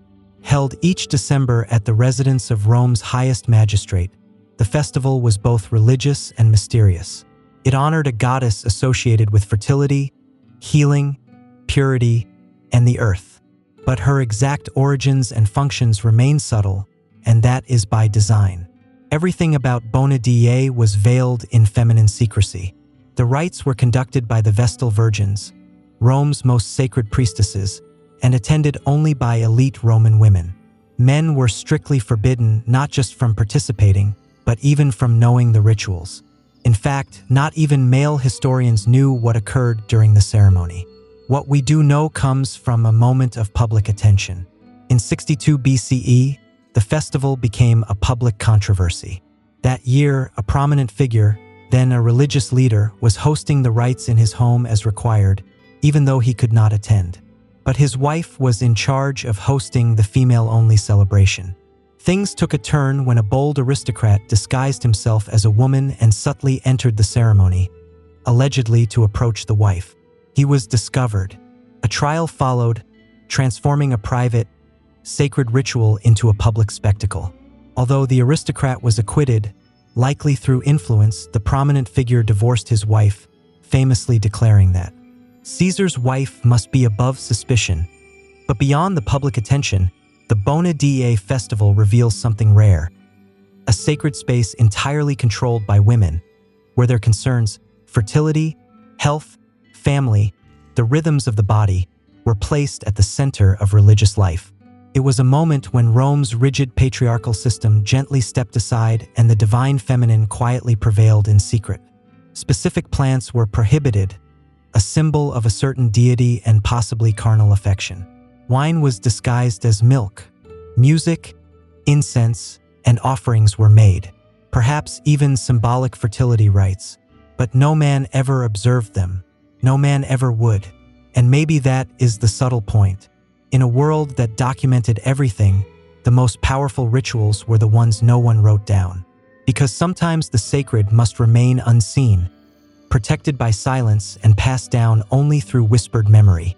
Long before it became a medieval pursuit of transforming simple metals into precious ones, alchemy began in the temples and tombs of ancient Egypt. But in Egypt, it was not called alchemy. It was known as chemia, meaning the black art, a reference not to anything sinister, but to the rich, dark soil of the Nile Valley, known as Kemet, the Black Land. To the Egyptians, transformation was not just physical. It was sacred. It applied not only to material but to the soul. The ancient Egyptians were already masters of practical chemistry. They produced cosmetics, perfumes, glass, dyes, and metal alloys. They practiced advanced techniques in preserving bodies, using resins, salts, and linen to prepare the form for eternity. But these were not just medical procedures. These were rituals of transformation, performed with divine intent. Every act of preserving the departed, every pigment gently ground into paint, was part of a cosmic process, the preparation of the body and soul for renewal in the afterlife. In fact, the very act of passing was seen as a kind of alchemical operation. Just as metals could be purified in fire, the soul of the departed had to be refined through trials in the underworld. A sacred text, filled with spells and incantations, acted like a guide for this spiritual transformation. Central to Egyptian thought was the figure of a specific deity, the ibis-headed god of wisdom, writing, and sacred knowledge. Later, when Greek and Egyptian cultures subtly merged during a certain historical period, this deity was identified with a Greek god, creating a mythical wise figure, thrice great Hermes. He would become the legendary author of mystical writings that laid the foundation for alchemy as a spiritual science. These texts spoke not just of material processes but of divine unity, of the correspondence between the vast universe and the small individual. As above, so below. In Egyptian alchemy, the transformation of material was symbolic of the transformation of the soul. Turning common metals into precious ones was just a metaphor for turning an imperfect self into a purified being. So when later alchemists in Greece and Europe searched for a mythical stone or unending life, they were really carrying forward an ancient Egyptian idea that true transformation does not begin in the laboratory. It begins in the heart. While Egypt gave alchemy its ritual spirit, ancient Persia gave it a moral foundation, a cosmic framework rooted in the eternal subtle struggle between light and darkness. In the heart of the Persian Empire, long before medieval laboratories, the teachings of a prophet shaped a worldview where transformation was not only desired, it was essential. His dualistic vision divided the universe into two opposing forces: a deity of light, truth, and order, and a spirit of darkness and chaos. This was not just ancient story. It was a profound understanding of reality, and it deeply influenced alchemical thought. Followers of this religion worshipped through fire, a living symbol of truth and divine illumination. In temples, sacred flames were never permitted to extinguish. Fire purified, revealed, and transformed, just like the alchemist's furnace centuries later. Persians also developed advanced metalwork techniques. They were among the first to refine various metals, to extract iron, and to experiment with metal mixtures. Their artisans were not just craftsmen. They were seen as initiates in a process of perfecting nature. Transforming raw material into gleaming metal was viewed as an act of cosmic alignment, elevating raw, chaotic matter into something orderly and pure. Even the earliest Persian medical texts show traces of proto-alchemical ideas. Lists of minerals, metals, plants, and their effects on the human body. They did not just wish to heal the body. They wished to align it with the divine harmony of the universe. Later, Islamic scholars would preserve and expand on Persian alchemical ideas. But even in pre-Islamic times, we see the emergence of a powerful theme that would echo through alchemical traditions from Arabia to Europe: that matter is not static, and that within every imperfect substance lies the seed of perfection. It is the same idea that would later inspire alchemists to transform simple metals into precious ones, or the soul from its basic state to a divine one. Persian thought, then, offered a moral alchemy, purification not just of elements but of intention. Fire did not simply melt metals. It burned away falsehood and revealed what was hidden. And in that hidden core, somewhere between subtle smoke and spirit, Persian alchemists believed lay the divine spark that could change anything, even the self. If Egypt gave alchemy its sacred rituals and Persia its moral framework, it was ancient Greece that attempted to explain it all with logic, geometry, and a touch of cosmic confidence. Here, alchemy did not vanish. It evolved. Greek thinkers took the mystical and chemical traditions of older civilizations and tried to make them conceptually clear. But instead of specific containers and powders, they reached for philosophical principles. At the heart of Greek alchemical thought was the theory of four elements: earth, water, air, and fire. First proposed by a certain philosopher, these were not just physical substances. They were fundamental principles of the universe, the building blocks of reality. Change, according to this view, was simply the rearrangement of these elements. Fire could become air, water could become earth, and all things were in a constant dance of transformation. Later philosophers added layers of meaning. One described matter as composed of perfect geometrical forms, tiny invisible solids. In this version, alchemy became a quest not just for chemical reactions but for harmony with the ideal world. Then came another prominent philosopher who subtly altered everything. He proposed that all matter had four essential qualities: hot, cold, wet, and dry. By changing these qualities, you could change the substance itself. Lead was dry and heavy. Gold was balanced and radiant. So if you could shift lead's properties, make it more noble, it could, in theory, become gold.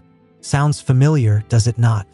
This idea of transmutation, changing one substance into another, became the cornerstone of all later alchemy. But the Greeks did not stop at theory. In a bustling port city, a melting pot of Egyptian mysticism, Greek philosophy, and Babylonian astronomy, alchemy as a practice finally began to take shape. Here, scholars and mystics recorded early recipes for dyes, perfumes, and metal alloys, but always wrapped in symbolic language. And it is here that the mythic figure of Hermes Trismegistus emerged, part Egyptian deity, part Greek deity, credited with writing the Hermetic corpus. These texts spoke of purifying not just matter but the soul, urging practitioners to seek divine union through inner transformation. To the Greeks, alchemy was not about acquiring wealth. It was about understanding nature, mirroring the cosmos, and perfecting the self through the hidden laws of reality. And that made it not just science, but something subtly close to divine power. In the bustling port city of Alexandria, alchemy found its true laboratory, not just of material but of ideas. Founded by a great conqueror and ruled by a specific dynasty, Alexandria was where Greek rationalism, Egyptian ritual, Babylonian astrology, and Persian metaphysics gently converged in a swirling intellectual blend. At its heart was a famous library, a beacon of ancient knowledge where scrolls and scholars gathered from across the known world. Alchemy in this environment did not just endure, it flourished. It was here that alchemy became both spiritual and practical, mystical and experimental. Egyptian temple rites merged with Greek natural philosophy. Babylonian star charts were studied alongside Greek medicine and Egyptian metalwork. The result: a new kind of knowledge, half science, half sacred observance.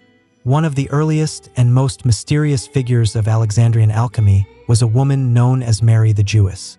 She is credited with inventing some of the first alchemical apparatus: a double boiler still used in kitchens today, a distillation device, and a system of vapor purification. Her work suggests that alchemists were not just theorizing. They were conducting actual chemical experiments. Another key figure was a 3rd to 4th century CE alchemist who left behind some of the earliest known writings on alchemy in Greek. But this figure did not view alchemy as just physical. He wrote of dreams, visions, and spiritual purification. For him, transforming common metals into precious ones was a metaphor for transforming the imperfect human soul into something divine. He described the alchemical vessel not just as a container for substances, but as a symbol of the body, the fire as the soul's inner challenge, the vapor as the divine essence gently rising. His writings subtly blurred the line between chemistry and mysticism, matter and metaphor. Alexandrian alchemists also leaned heavily on certain teachings. As above, so below. They wrote, "The small part reflects the large part. Purify one and you gently touch the other." In Alexandria, alchemy was no longer just about materials, it was about reality itself. It inquired not just what things were composed of, but why they could change, and whether the soul could be transformed alongside matter. Alchemy had become a mirror of the cosmos and of ourselves, and it was only just beginning. When the great library of Alexandria subtly diminished and Europe gently entered the early Middle Ages, it was the Islamic world that became the new guardian of alchemical knowledge. From the 8th to the 13th centuries, under a specific caliphate, the Islamic Golden Age transformed cities into centers of scientific and philosophical inquiry. Greek, Persian, and Indian texts were translated into Arabic at a remarkable pace. And among them were the foundational writings of alchemy. But here is the subtle point. Islamic scholars did not just preserve ancient alchemy, they transformed it. Enter a prominent figure known in the West by a specific name, a polymath working in the 8th century. He is often called the father of chemistry, though his legacy is steeped in subtle mystery. His writings, which number in the hundreds, blended Greek elemental theory, Persian mysticism, and Quranic cosmology into a structured science. He introduced a systematic approach to experimentation. He believed all metals were composed of two principles, not in a literal sense, but as fundamental ideas, one representing combustion and change, the other standing for liquidity and volatility.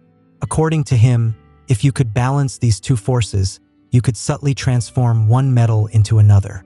He also introduced techniques still recognizable today: distillation, crystallization, sublimation, filtration, and calcination. His apparatuses became the blueprint for medieval laboratories. But Islamic alchemy was not just technical. It retained the spiritual essence of earlier traditions. Alchemy was seen as a path to divine understanding. Transforming matter was a metaphor for purifying the soul, aligning with God's order in the universe. Later alchemists debated alchemy's legitimacy. One supported it, emphasizing its practical medical applications. Another, however, criticized the idea of transmutation but respected the discipline's philosophical and ethical aims. Even in disagreement, they elevated alchemy into something more than a secretive craft. It became proto-chemistry, metaphysics, spiritual discipline, and moral philosophy all in one. European scholars would later rediscover these Arabic texts, translating them into Latin and reviving alchemy in the West. But the soul of that alchemy, the belief that matter and spirit mirrored each other, was preserved, clarified, and systematized by Muslim scholars. And in their hands, alchemy ceased being legend and began subtly becoming science. When the translated works of Arabic alchemists gently flowed into Europe during the 12th century, something remarkable happened: a resurgence of alchemy. This time, it took root under the shadowed stone structures of medieval monasteries and universities. Europe had been in a period of quiet intellectual pause, but with the rise of translation centers, scholars gained access to a treasure trove of forgotten wisdom. Among these were the alchemical writings, filled with strange symbols, mysterious ingredients, and promises of transformation. The Europeans were captivated. To them, alchemy offered more than just precious metals. It offered knowledge, power, and even unending life. The elusive philosopher's stone became like a sacred quest, said to transform common metals into precious ones and bestow eternal existence. But it was not just a material object. It symbolized the perfection of both matter and spirit. Medieval alchemists took this dual nature seriously. Figures like Albertus Magnus and Roger Bacon were both spiritual figures and experimental scientists. They believed that a higher power had subtly encoded the secrets of creation into the natural world, and that alchemy was a way to interpret that divine message. For them, alchemy was not sorcery. It was Christian natural philosophy, a means to understand the divine order through the transformation of substances. Laboratories became monastic spaces of fire and glass. Various vessels and heating devices filled with substances like sulfur, mercury, antimony, and lead. Experiments were recorded in coded texts, full of allegory and metaphor, a tradition that made alchemy seem arcane and impenetrable. But beneath the symbolism, serious work was being done. One of the most influential figures of this period was a mysterious Latin writer who adapted Arabic works into European forms. His books became standard references for later alchemists. Another key name was a figure who gently blurred the lines between medicine and alchemy, focusing on creating elixirs that could heal and rejuvenate the body. For all its secrecy, medieval alchemy was not hidden. It was debated in universities, sponsored by princes, and practiced by priests. Yet despite its spiritual ambitions, many still pursued the goal of transforming metals, sometimes literally, sometimes metaphorically. And so medieval Europe kept the flame of transformation gently burning. One part faith, one part fire, and one part philosophical dream. As Europe gently emerged from the medieval era into the Renaissance, alchemy did not fade. It subtly changed form. It became more secretive, more symbolic, and subtly more mystical. Out of this fusion of Hermetic philosophy, Christian mysticism, and Renaissance humanism emerged one of the most curious movements in alchemical history, the Rosicrucians. In the early 1600s, anonymous writings began circulating across Europe. These texts told the story of a hidden brotherhood, a specific fraternity, founded by a mythical figure who had journeyed through the East learning secret wisdom before returning to Europe to quietly guide spiritual seekers. But here is the subtle point. There is no evidence the Rosicrucians existed as an actual organization, at least not initially. They were an idea, a symbol, and their influence was profound. Rosicrucian alchemy was not about creating precious metals. It was about enlightenment. It combined alchemical transformation with Christian esotericism, seeing the purification of metals as a metaphor for the purification of the soul. The philosopher's stone became a symbol for spiritual awareness, inner rebirth, and union with the divine. Their writings promised a reformation of science, religion, and politics, a secret spiritual revolution that would lead humanity into a new golden age. But they offered no addresses, no names, no leaders, just symbols. The rose, secrecy and beauty, and the cross, sacrifice and transformation. This was alchemy as spiritual allegory, rich in metaphor, full of veiled references. The Rosicrucians believed that truth was hidden, not because it was forbidden, but because it had to be earned through personal transformation. Their ideas influenced scientists, mystics, artists, and poets. A renowned scientist possessed Rosicrucian texts. A figure thought to be the author of one text saw the story as allegory. Yet it spread swiftly through esoteric circles. By now, alchemy had become layered with meaning. To some, it was still about materials. To others, it was pure metaphor. To the Rosicrucians, it was a spiritual path hidden in plain sight.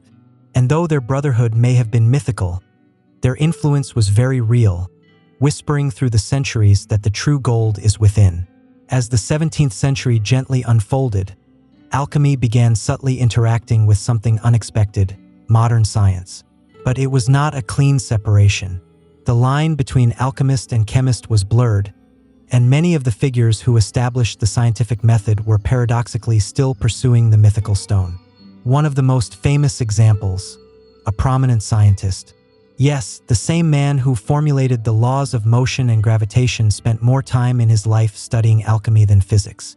In secret, he filled notebooks with arcane experiments, analyzing ancient symbols and attempting to uncover the divine mechanisms of the universe. To him, the cosmos was a divine machine, and alchemy was a language written in fire and gold to understand it. This scientist was not alone. A figure often called the father of modern chemistry was also deeply immersed in alchemical thought. His famous 1661 book challenged earlier elemental theory and laid the groundwork for chemical analysis. But he also believed in the transformation of metals and saw alchemy as a valid field of inquiry. So what subtly changed? The key difference was methodology. Alchemy had long been veiled in symbolism, secrecy, and spiritual metaphor. But emerging scientists began demanding clarity, repeatability, and evidence. They started gently shedding the mystical language in favor of measurable results. The laboratory, once a place of subtle wonder, became a space of quantifiable reaction and precise tools. Alchemical instruments, various vessels, and heating devices evolved into the backbone of modern chemistry. The dream of transforming common metals into precious ones gently faded, replaced by the practical pursuit of understanding matter's fundamental components. And yet, the alchemical worldview did not entirely vanish. The notion that matter can transform, that systems contain hidden patterns, and that humans can subtly shape the natural world through deep understanding. These alchemical ideas quietly endured. They simply adopted different attire. By the 18th century, alchemy was largely dismissed as a less scientific endeavor. But history is not so linear. The truth is, modern science was built on alchemical foundations. And the alchemists, with all their strange symbols and profound aspirations, did more than merely experiment with metals. They asked the fundamental question, can the world be changed? And that question still subtly drives science today. By the 19th century, alchemy had seemingly departed, gently dismissed by rational thinkers as a quaint remnant of earlier beliefs. But like a certain element in a container, its essence never truly vanished. Instead, alchemy subtly transformed, finding new life in the study of the mind, in literature, in art, and even in modern spiritual practices. The most surprising inheritor of alchemical thought, a Swiss psychologist. To him, alchemy was not about literal material transformation. It was a symbolic map of the human inner world. He studied alchemical texts obsessively, recognizing in their cryptic diagrams and metaphors a language of the subconscious. The philosopher's stone became a symbol of self-realization. The alchemical process, various stages of change, mirrored the psychological journey toward wholeness, the integration of all aspects of the self. Alchemy, he believed, was the original therapeutic approach, a coded spiritual practice disguised as early chemistry. Its real aim was not to create precious metals, but to heal the soul. And in this sense, alchemy never ceased evolving. In literature, it lives on in various works and countless stories where hidden knowledge, transformation, and redemption take center stage. In modern spirituality, alchemy serves as a metaphor for personal growth. The idea that life's challenges, if gently processed, can produce wisdom and inner completion. Even in science, echoes remain. The dream of alchemy, to understand and master the transformation of matter, finds a curious reflection in a specific branch of physics, where elements truly can be transformed. The alchemists were incorrect about the precise methods, but not that it was possible. And culturally, we still pursue alchemical goals. The search for a universal remedy, the pursuit of unending youth, the fascination with the hidden, the symbolic, the transformative. The enduring power of alchemy lies not in its less successful recipes, but in its imagination, its willingness to believe that the world is adaptable, that what is basic can become noble, and that knowledge, properly applied, can elevate both matter and soul. Alchemy did not perish. It simply changed form. It became chemistry. It became psychology. It became narrative. It became metaphor. And in some ways, it became you. Because every time you gently struggle, grow, experience challenges, refine, and emerge stronger, you are performing your own subtle alchemy. Not in precious metals, but in spirit. And that was always the true subtle magic. Before their departure, legend suggests Hamilcar brought Hannibal to a sacred place and had him gently place his small hand on a ritual altar. There, he made his son swear a solemn vow that he would never be an ally to Rome. Not tolerate, not disregard, never be a friend. Consider that. Not many young ones are raised with calculations, blade skills, and a lifelong pursuit of retribution as their primary studies. But Hannibal was not raised like other children. His learning environment was a military camp. His father was his commander, and his lessons were focused on redress. As they journeyed into Iberia, Hannibal quietly observed and learned. He witnessed his father achieve difficult victories, form uncertain alliances, and conquer territory gradually. Every Roman envoy who subtly investigated, Hannibal carefully studied. Every negotiation that failed, every Carthaginian soldier who experienced a wound on foreign soil, he quietly remembered it. By the time Hamilcar passed and command transferred to Hannibal's brother-in-law, Hannibal was already hardened. When his brother-in-law was later assailed, Hannibal, now 26, was chosen by the forces to take command. Not by the governing body, not by the elders, but by the soldiers, the ones who had seen him grow, engage in conflict, and lead. And in that moment, the solemn promise of a child hardened into the mission of a man. Rome may have prevailed in the initial encounter, but Hannibal Barca was about to subtly alter everything they believed they knew about warfare and about apprehension. Hannibal did not spend time settling into his new command. The moment he assumed control of the Carthaginian forces in Iberia, he initiated a campaign so rigorous, so effective, that it would cause Rome to subtly tremble across the sea. He began with the tribes of Hispania, divided, proud, and often at odds with each other. Instead of moving in as a conqueror, Hannibal used diplomacy, marital agreements, and subtle incentives to win some of them over. For the rest, he used force. Tribes that resisted were subdued with a combination of strategic brilliance and psychological tactics. Hannibal did not merely engage in battles, he orchestrated them. He would allow one part of his army to feign withdrawal, only to flank and surround the adversary once they believed they were prevailing. He influenced minds as easily as he wielded blades, and the soldiers admired him for it. Hannibal shared their provisions, marched alongside them, and participated in the thick of engagement. He was not a pampered leader observing from an ornate vehicle. He experienced the difficulties with them. He inspired loyalty in the same way he inspired apprehension, in large, overwhelming measures. As Carthage's influence grew in Iberia, Rome began to feel the subtle pressure. They had signed an agreement with Hannibal's predecessor before his demise, which stipulated that Carthage would not cross a certain river. But Hannibal was not interested in Roman paperwork. He had a much grander scheme in mind, so he targeted a city, a Roman ally just south of the river. Attacking it was not just bold, it was practically a declaration of conflict. Rome watched nervously, uncertain if Carthage would restrain this ambitious young commander.